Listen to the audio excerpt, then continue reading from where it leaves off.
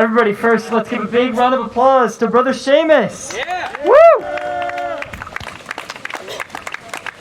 Thank you for the music. All right. So the first speaker that we have today, first I just want to say thank you all for coming. First, we're going to have Kevin Barrows, one of our interns.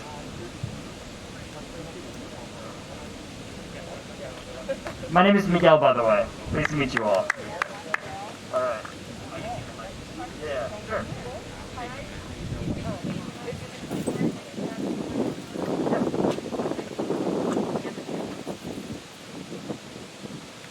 Good afternoon, everyone. This one on? This the only one on? Yeah, you're okay, you're okay. Good afternoon, everyone. My name is Kevin Barrows. I am, as Miguel said, I'm a field intern for the Volinsky for New Hampshire campaign, and I'm a junior at the University of New Hampshire and a member of the New Hampshire youth movement up there. I've grown up spending my whole life in New Hampshire.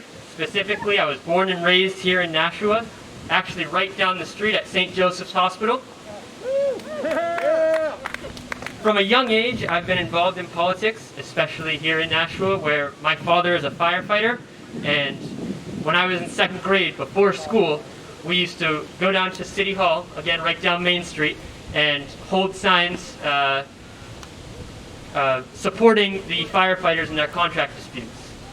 Right in the middle of winter, we used to bring a thermos with us full of hot chocolate, and it's one of my fondest memories of growing up in Nashua. Yeah.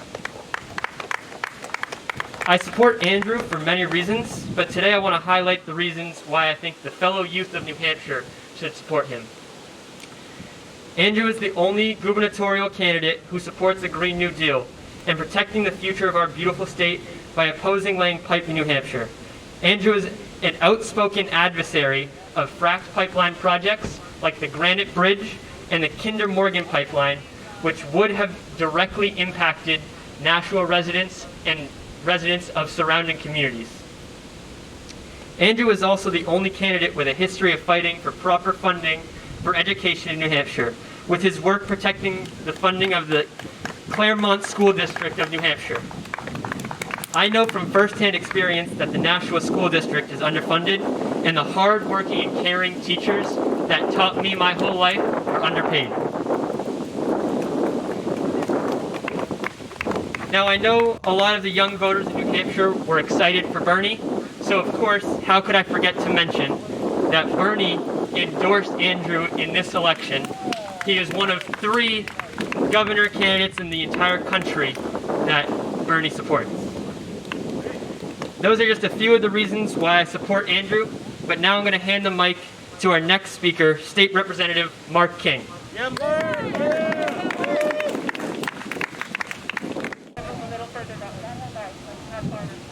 do you mean?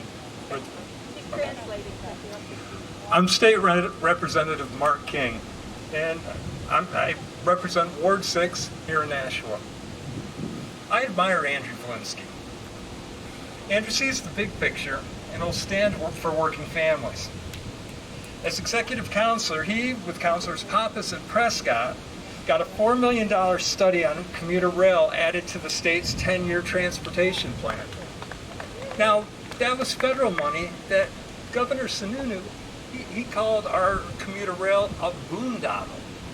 But Andrew saw that it would be a boon for the southern tier that is the economic engine, the dynamo for our state, a boon that would lift the whole state.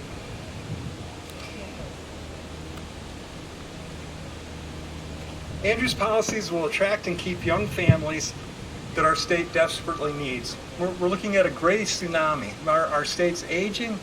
We need our young people to stay here. We need our young people to have affordable tuition, because young people that go out of state tend to stay out of state and not come back. I stand by Andru Volinsky. We need his plain-spoken vision and his way in the world in Concord. And I'd like to introduce Sherry Duskey, State Rep.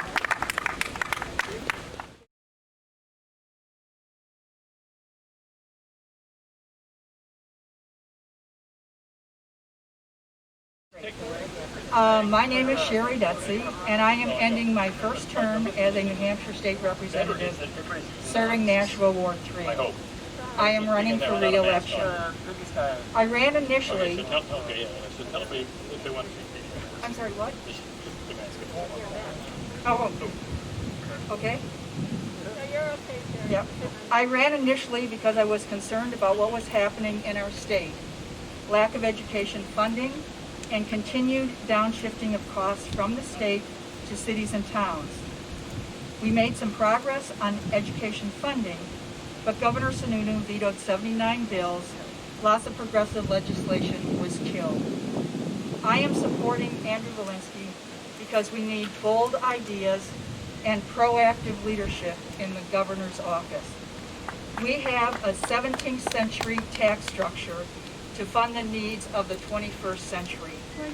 We can no longer allow the quality of one's education to be determined by where they live.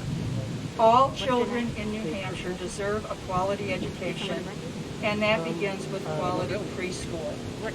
Andru has been a leader in this area and in this fight for decades.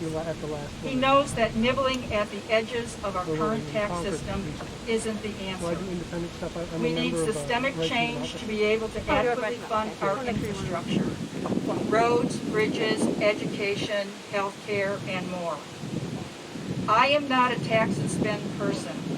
I believe getting value for every dollar. But I have also seen how the lack of funding has caused needed services to be cut and vital positions to go unfilled. I have seen so many times that we are penny wise and pound foolish in how we fund services.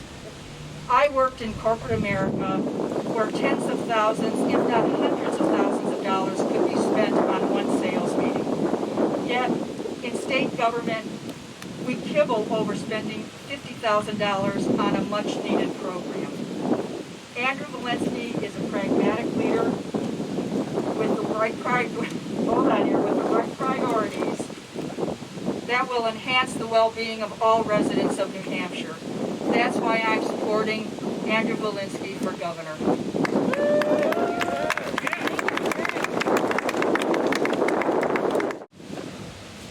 All right. So the next person I'd like to introduce is Representative Catherine Sufakidis.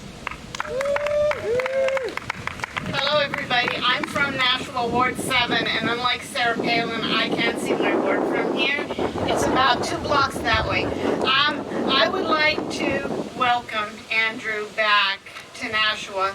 I think he's one of the crown jewels in government right now, and if I was to use one word to describe him, I would say that he's pragmatic. And I think that that is a good thing to be in these times. We have so many issues up in Concord, and the tenor of the Executive Council changed dramatically. One of his biggest victories this year was blocking the nomination of Gordon MacDonald to being a judge. And it was a beautiful victory because he goes into a session with these huge binders full of nothing but facts, and he has the information at his fingertips all the time, which I think is huge.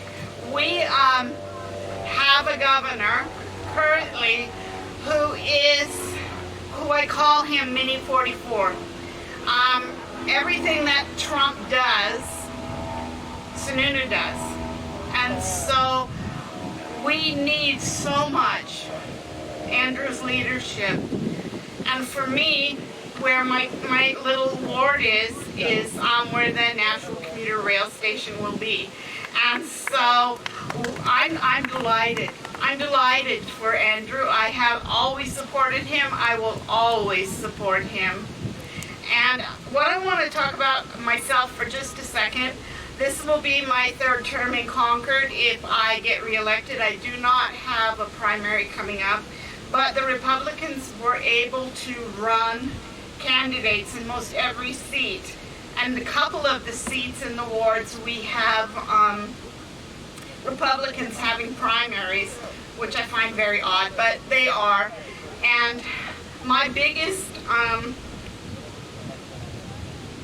the thing that I care most about is I went up there to serve on the Environment and Agriculture Committee, and I introduced last year the New Hampshire Pollinator Protection Act, and I was very proud of that. It got panned desperately, but I'm going to resubmit it next year, along with looking at the Department of Agriculture as far as the conduct of the Pesticide Control Board, and where these big agricultural companies have to pay fee for shelf space. I want to get to the bottom of that as well. Nashua was able, we had 27 Democratic reps, and we stood strong against the budget of Mini 45, and we brought in property tax relief and increased educational funding. And those are the things that were our caucus's number one priority, was property tax relief. And I see that Andrew has that on his sign too. And what he was known for during the Claremont decision. And if you ever get a chance to watch his forum on educational funding, bring a box of tissues, but then get ready to get working, because it is the saddest thing you ever saw. But he carries this huge stick to show where all the funding goes. And it's so, after all these years, I moved to New Hampshire in the early 80s, and I think that's about when I kept hearing this Claremont thing. So now we're in 2020. That is a lot of years to not get to the bottom of educational funding. So I stand with Andrew. I've always stood with Andrew, and I ask for you guys to support Andrew as well. Thank you.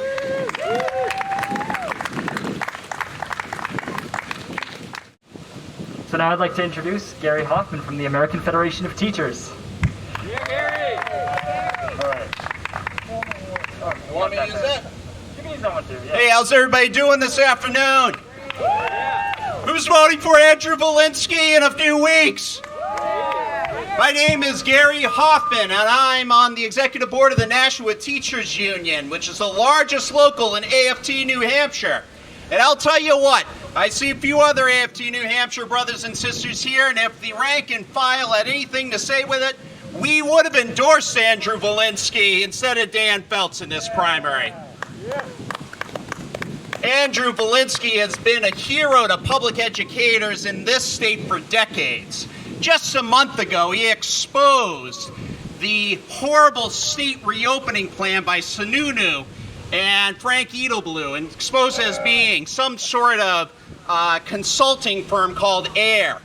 And he got that. So I want Andru Volinsky as our governor. Nobody in this state knows more about the problems that come with public education funding than Andru Volinsky. In this state, our two largest cities, Manchester and Nashua, they both spend about $3,000 to $4,000 less per pupil than the state average. Despite the fact that both of these cities have some of the highest needs, 62% of our state's ELL kids come from Nashua and Manchester. 42% of kids in Nashua are on free and reduced lunch, and 53% of the kids in Manchester are on free and reduced lunch. Yet we spend lower? That is not fair, my friends. And that is why I urge every parent, every teacher, everyone from the state of New Hampshire to get out on September 8th and put the vote for Andru Volinsky, and we're going to go and beat Sununu in November. Thank you.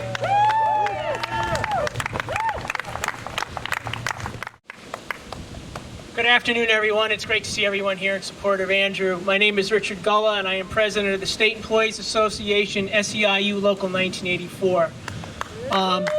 We represent nearly 10,000 employees across the state of New Hampshire, from county healthcare workers at Hempstead Hospital to Rockingham County Nursing Home, Stratford County Nursing Home, to nurses at New Hampshire Hospital and Glencliff Home, to police officers at the town of Bedford and Littleton Police Departments, to rank and file city workers in the town of Franklin, as well as highway maintainers at the state, criminologists at the state lab, liquor store clerks, you name it, we're everywhere in the state.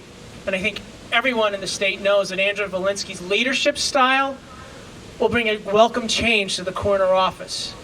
Unlike the top-down approach that Governor Sununu has, taking that $1.25 billion from federal funds for the CARES Act and just distributing it himself with a hodgepodge group of people that he hand-selected and cutting the legislature out of the business, Andru is a team player.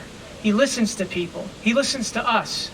On his term at the Executive Council, as others talked before, he comes prepared. He seeks our guidance and counsel when making hard decisions on that, and that we thank him for. I can think of no one better suited to serve the state right now in the pandemic that we're in and in this course of time than Andru Volinsky. And that's why SEIU Local 1984 endorsed Andru Volinsky. We have a very bottom-up approach.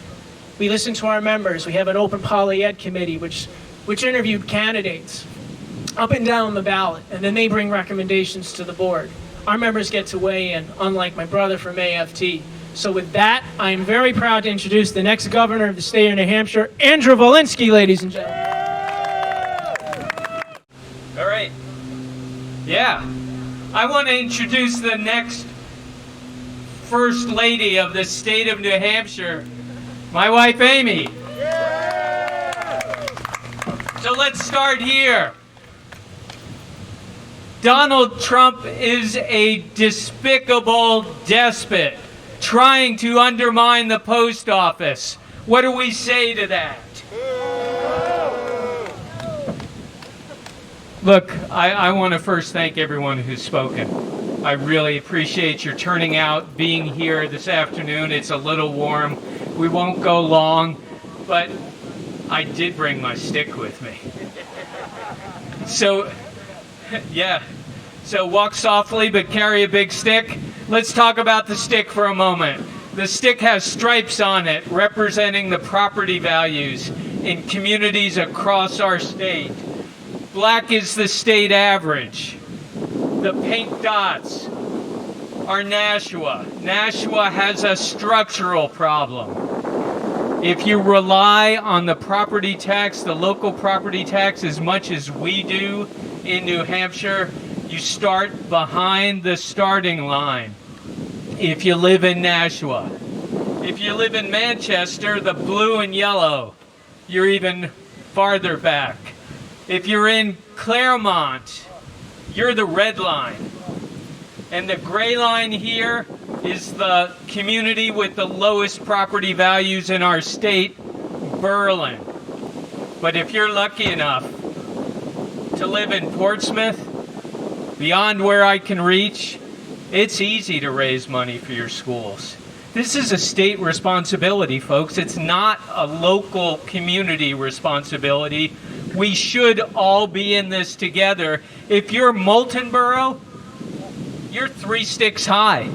I couldn't get a stick that would fit in my pickup truck for Moultonborough.